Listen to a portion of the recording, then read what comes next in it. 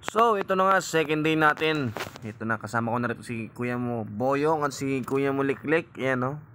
Naayos na namin para masimulan na. Bumili na ako dyan ng bagong hose at iba pang kailangan. Ito naman, in-install namin yung tubig para matapos na. So, ako naman, ito yung project ko, yung pag-weldingan at pwesto nung bendo. Yan, binubutas natin din yung yero. Diyan natin lalagay.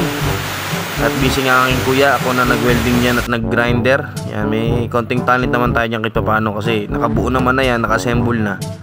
I-ispat na lang natin yan. Yan, isa Mr. pa tayo kasi may gagawa rin si brother, kaya kasama na lang dyan si Carlo at si Kopay Tech. Yan, naayos na namin yung butas.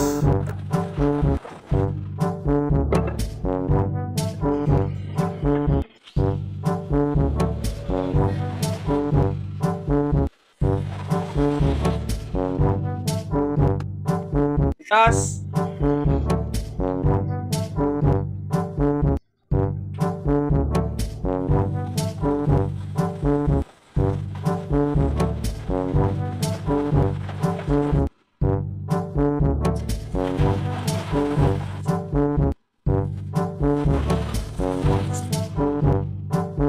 oh, okay, tingnan mo.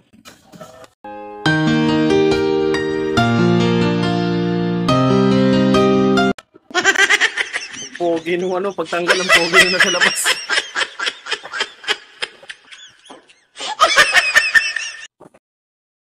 So ito na nga sinesetup ko na dyan para maghihinang na tayo. Ayan, ikakabit na natin yung bendo machine natin yan.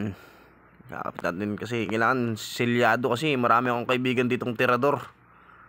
Yan, mga madugas kaya safety yan, safety lang natin muna. Kahit pasukin nila tong loob, at least hindi na basta-basta makukuha agad yan. Alright. Masaya ako dito kasi may isang negosyo na naman akong maitatayo. Gusto ko man magnegosyo sa ngayon ng iba pa, kaso wala pa tayong puhunan, kaya ipon-ipon muna tayo. Yan, kaya ako na lang nag-welding dito kahit na medyo sablay pero matibay naman. Yan, ako na bumanat dyan. Salamat pala sa tumulong sa akin kay Kuya mo Carlo Marti Pangan tsaka kay Pablo Mendoza. Medyo nagka-leche-leche nga kami ni Boyong din dyan sa pag-install na din ng tubig. Yan, welding lang muna tayo rito.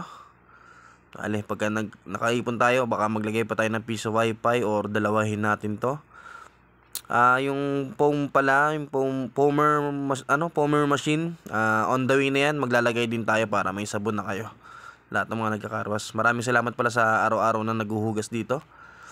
Ilang araw pa lang meron na agad. Okay, ayos.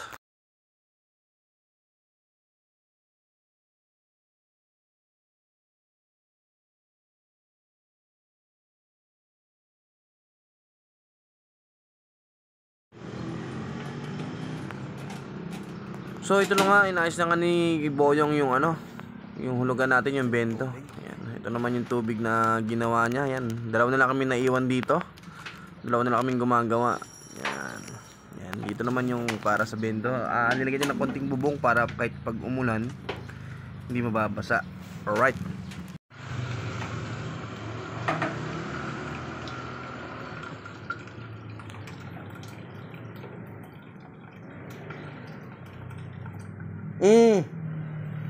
Ayos.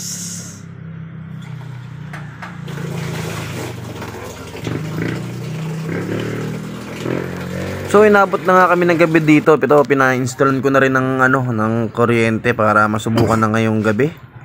Ayan, kasama natin dyan si Kuya Torres at saka si Nunoy. Ayan, na natin ng linya na natin para masimulan na at matesting kung ano yung dapat pang gawin.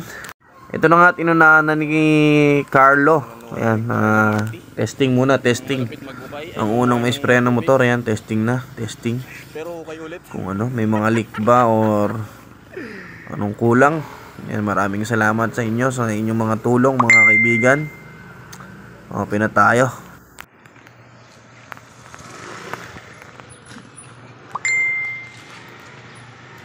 Ayup.